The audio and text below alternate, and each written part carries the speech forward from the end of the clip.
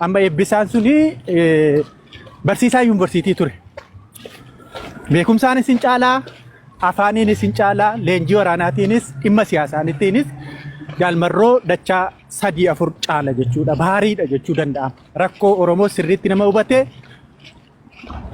siree irraa ka'ee uummata barsiisaa jiru irraa ka'ee qabsoo Oromootti miillaan deemeetu eektiraatti dabalamee leenji'ee achii as miillaan dhufee karaa dhiyaatiin bosona iluutti galee waraana kan leenjisaa ture.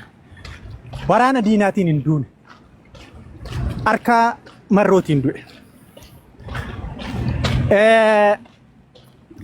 Isa dhugaa dubbachuuf wanni kun baay'ee nama gaddisiisa.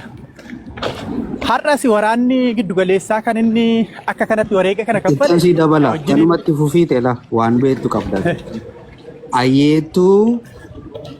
Ayyeettuutu jaalroobaa galgaara jedhanii isa faana ajjeesanis itti fufi.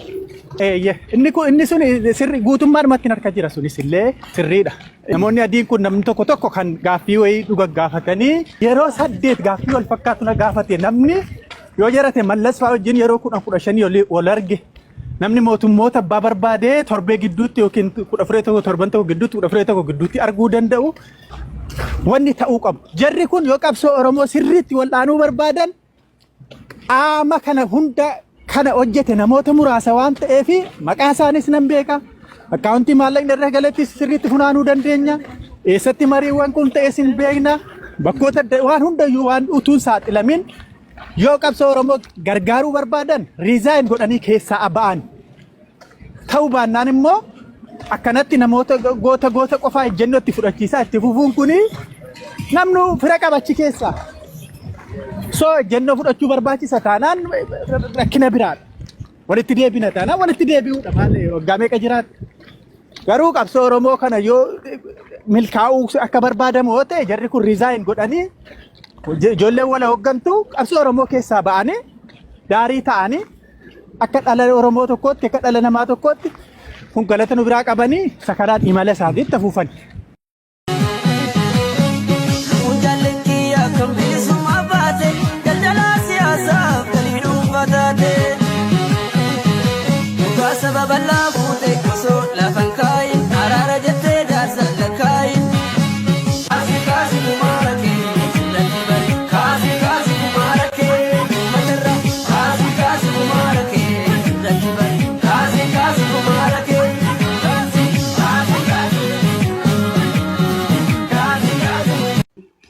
Eenyu maal akka ta'e beektaa jettee kana gaafatte qawwe ani eenyuun akka gurguru gurra isaa ilaaleen beekaa. Marrooni arraarraayii gaafa labse Oromoo gurgurachaa jiraan siin jedha. Arraarraayiin maalidhaa jettee yoo na gaafatte reorientation, retrain and integrationidha jechuudha. Reorientation jechuun maalidhaa? Waraana qabduu waraana mootummaa wajjin akkuma Kolombiyaa fa'aa keessa dhaqaa dubbisa.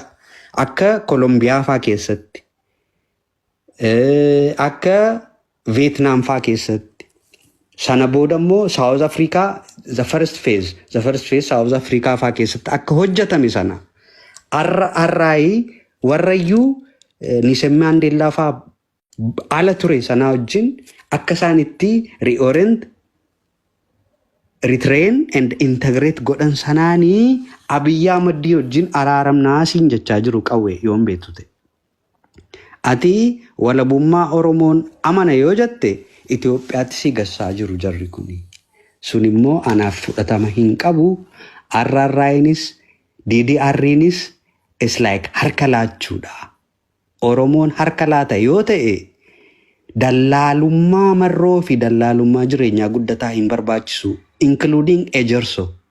Ejerso namni baay'een beektani garuu roolii guddaa waraana bilisummaa Oromoo keessatti namni dibeet gochaa jiru biyyoota alaarra deemee haasa'aa jiru nama sadiidha.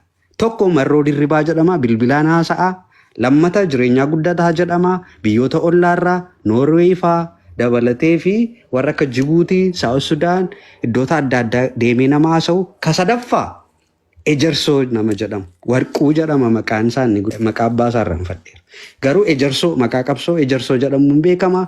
Nama sadan kanatu waa'ee hiree Oromoo as sasin ofumaati afaan keessan xaxxaatoftan gandummaadhaan hirrummaadhaan jaallummaadhaan amantaadhaan haasoftan itoo hin taane namoota sadan kanatu waa'ee hiree Oromoo murteessaa jira. Anaaf immoo marroonis hiree koo naan murteessu, jireenyaanis hiree koo naan murteessu, ejersoonis hiree koo naan murteessu. Hiree koo kan murteessu waa'ee walabummaa, birmadummaa fi bilisummaa uummata Oromootiidha. Kanaaf wanti isin asirratti kakaasaa jirtanii is like valueless. Wanti isin haasoftanii waan kaasu miti garuu waan tokko haasa'uu barbaadu tokko sila qawweeni waa'ee maayilisitoonii tokko kaasee ture. Maayilistooniidhaan deemaa jiru jedhe qawween. I'm sure qawween waa'ee maayilistoonii hin beeku. Kan itti mee jireenyaa faadha. Maayilistoon jechuun fog agreement kan jedhamu jira. Fixed obligation grant. Fixed obligation grant jechuun waliigaltaa maallaqa irratti jechuudha. Maallaqa USAID faa, US self-help group faa, or EU faa irratti waliigaltee maallaqa miliyoona tokko faa naalaatte yoo ta'e miliyoona tokko keessaa 500,000 yoon fayyadame 500,000 kan kootii jedhamu fog agreement kan jedhamu jira. Fixed obligation grant. Amma dhaqaa dubbisaa yoo barbaadan. Fixed obligation grant. Fixed obligation grantiin immoo maayilistooniidhaan deema. Maayilistoonii kana kan itti immoo jireenyaa faadhaa jechuudha. Maaliif hidhaseetan USAID faa, Maayikaa Marfaa, Ameerikaan waan isaan itti walii galanii poolitiksii Oromoo keessatti fixed obligation grantii kana kennuuf. Marroonfaa isa nyaataniiru doolaaraan jechuudha. Ina lanfatan akkas godhanii doolaara Ameerikaa fixed obligation grantiidhaan kameeshaa kamaaloo jedhanii proposaalii gashatanii nyaataniiru. Dheengadda kana proposaalii isaan lammata gashatanii proposaalii Irbushinnigaa jedhamu jechuudha. Monopol control of the military power qabna ka jedhuuni maallaqatti gaafataniiru jechuudha.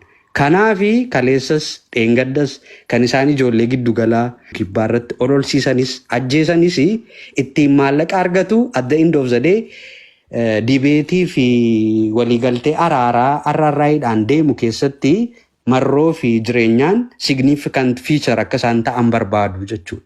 Sana garuu ijoolleen giddu galaa hubachuu qabu, ijoolleen kibbaa hubachuu qabu. Waa'ee maallaqaa isaan immoo fakkeenyaaf fixed obligation grantiidhaanii agreementii akkamii mootummaa Ameerikaa keessaa maallaqa akkamii argattanii jedhanii gaafachuu qabu. Ittiin himan jireenyaa fi marroon maallaqa doolaaraan baay'eetti lakka'amu albuudaas maalis nyaatan irraa fixed obligation grant maayilistooniidhaan deemu jechuudha. Birrii baay'ee nyaataniiru jechuudha. Kana sirriitti hubachuu qabnaa. Uummati Oromoo walabummaa, birmadummaa, bilisummaa Oromoo barbaadu akka asirraa nama bobbaasanii ijoollee ganda tokko, ijoollee qe'ee tokko, loqoda tokkotti bobbaasanii uummata Oromoo goyyomsan itoo hin taane yeroon har'aa yerootti waan barbaannu argachuu qabnuuf itti adeemnudha. Akkasitti yoo wal hubanne, yoo wal barsiisne, maatii keenyatti yoo himne, waraana bilisummaa Oromoo bobbaasne lagarratti yoo hubachiisne, maatii keenya waraana bilisummaa Oromoo keessa jiru yoo itti himne quucartoonni bara Eertiraa ta'anii akkuma har'a gochaa jiranii uummata Oromoo ficcisiisaa jiran ammas dabalanii nu nyaatanii. Kanaan achi garuu naannofnee harka keenya Itoophiyaa Imperial Itoophiyaa Abisiniyaan kanan jedhu namooti baay'ee Colonial Empire of Ethiopia jedhu angaruu Colonial Empire of Abyssinia jalatti akka jilbeenfannu nu godhu Gambadi adaraa dargii dhugaa rabbi maa inni waardiyaadhaanu kan diidalagne inni jennu gaafa jaalmoo akka sanatti jaal eebbisaaf jaal tokkichoo kan Jimma keessatti waraana ijaaree lolaa ture sun dhiyaatti waamamee jaal eebbisaa kan jedhan bosona iluu keessatti ijaareetu jarri kun lammanii jalqabaa iluu irratti ijaaramanii biraanchiin sun immoo dhufeetu Jimma keessatti ijaaramee ijoollee waraana leenjisee jajjabee qeerroo weerate gara nama 270 wayinatti fakkaata waraanni kan biraas dudduuba sana turanii dhiyatti waameetuma jara kana lamman kobor irratti waraana mootummaan itti baneeni dugduubaan rukuchiisee sa'aatii ganama keessa akka lakkoofsa Itoophiyaatti sa'aatii 4 irratti lamman isaaniiyyuu yeroo tokkicha rukutaman sa'aatii tokkicha irratti bakka adda addaa irratti akka waan namni tokko dhukaaseetti yeroo tokkicha bakka adda addaa irratti rukutaman. Mucaa Walloo irraa dhufee fi kan Gujii irraa dhufe immoo sa'aatii 12 akka sa'aatii 6 akka biyya sanaa irratti ammas bakka adda addaatti guyyaa tokkicha namni 4 namoonni Eertiraa irratti leenji'anii beektotadha. Amma eebbisaan suni barsiisaa yuunivarsiitii ture. Beekumsaanis hin caalaa, afaaniinis hin caalaa, leenjii waraanaatiinis dhimma siyaasaanittiinis jaalmarroo dachaa 3-4 caala jechuudha. Baariidha jechuu danda'ama. Rakkoo Oromoo sirriitti nama hubate siree irraa ka'ee uummata barsiisaa jiru irraa ka'ee qabsoo Oromootti miillaan deemeetu Eertiraatti dabalamee leenji'ee achii as miillaan dhufee karaa dhiyaatiin bosona iluutti galee waraana kan leenjisaa ture. Waraana diinaatiin hin duune. Harka marrootiin du'e. Isa dhugaa dubbachuuf wanni kun baay'ee nama gaddisiisa. Har'as waraanni giddugaleessaa kan inni akka kanatti wareega kana kaffale. Itti dabala kanumatti fufii teela waan beektu qabdan. Ayyeettuutu jaalroobaa galgaara jedhanii isa isaan ajjeesanis itti jiru. Inni sun sirri guutummaadhumatti harka jira sunis illee sirriidha. Rakkoon sanuma yuuka maddeen rakkoo guddaan isa san. Akka kanatti godhanii nama hubannaa qabuu fi nama muuxannoo lolaa qabuu fi nama gootummaadhaan diina fuuldura dhaabbatee sirriitti diina kana hurgufuu danda'u waraana keessatti adamsameetu rukutama. Gujii irrattis kan ta'e sanuma. Arsii irrattis kan ta'e sanuma. Giddugoleessa irratti kan ta'aa jiru kanuma. So nu amma kan godhuu qabnu namoonni kun qabsoo Oromoo barbaadan riizaayinaa godhan. Ani wayyee gabaabumatti riizaayinaa godhanii yoo nu gargaaruu barbaadan yoo dhugaa akka Oromootti Oromoon akka milkaa'u barbaadanii riizaayinaa godhan. Maaliif waan lallaaqan waan qabanii fi amma maallaqa fudhatanis waan qabaniif karaa adda addaatiin waan wanni ta'aniif na dhukkubeera jedhanii ani isa sanas keessan beeka. Akkamitti akka maallaqni sun ramadamee fakkati amma dambalii kana tamma kennite sana ala kanarratti intarviiyuu wayitu ture.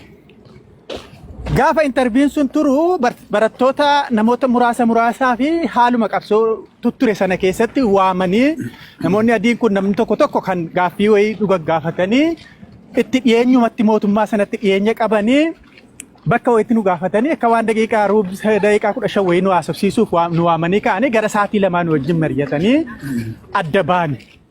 Yeroo gaafa sana maal gaafatanii yeroo 8 gaaffii wal fakkaatu na gaafate namni yoo jarate mallas fa'aa wajjin yeroo 15 wal arge namni mootummoota abbaa barbaadee torbee gidduutti yookiin 14 gidduutti arguu danda'u yeroo tokkicha gaaffii 8 na gaafate. Nama guddaadha. Abalu jedhee irraa himuu hin danda'u. Sabab maaliitiif kun maaliif kun maali tokko 2 3 jedhe. So ela wanni maallaqni sun ramadameefi akka jarri gara biraan deemneef maallaqni sun ramadame. Damee siyaasa biraa biraanchii biraatti akka ramadamneef. Warra kan ammoo kan mallatteessaniif akka qabxiin Oromoo yookiin deebiin Oromoo deebi'uu hin dandeenyeef jara kan ammoo mallatteessisan.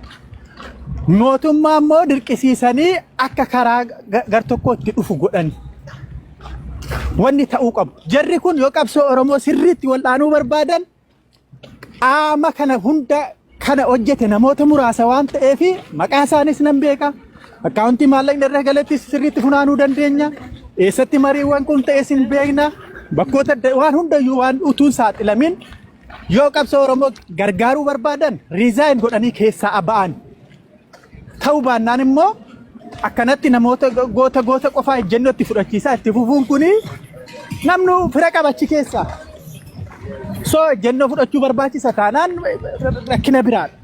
walitti deebina taana walitti deebi'uudha maal waggaamee qajiraat garuu qabsoo Oromoo kana yoo milkaa'uu akka barbaadamu yoo ta'e jarri kun resign godhanii ijoolleen wala hoggantu qabsoo Oromoo keessaa ba'anii daarii ta'anii akka dhala Oromoo tokkootti akka dhala namaa tokkootti kun galata nu biraa qabanii sakaraan imala isaatiitti afuufan.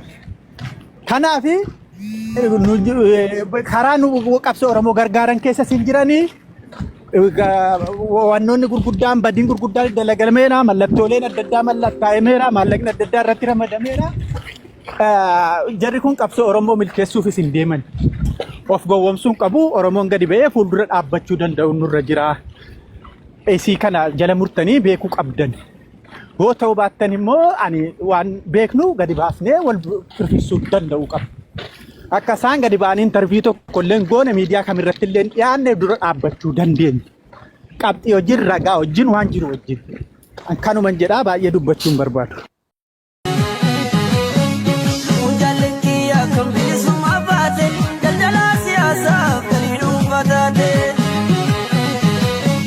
Sababala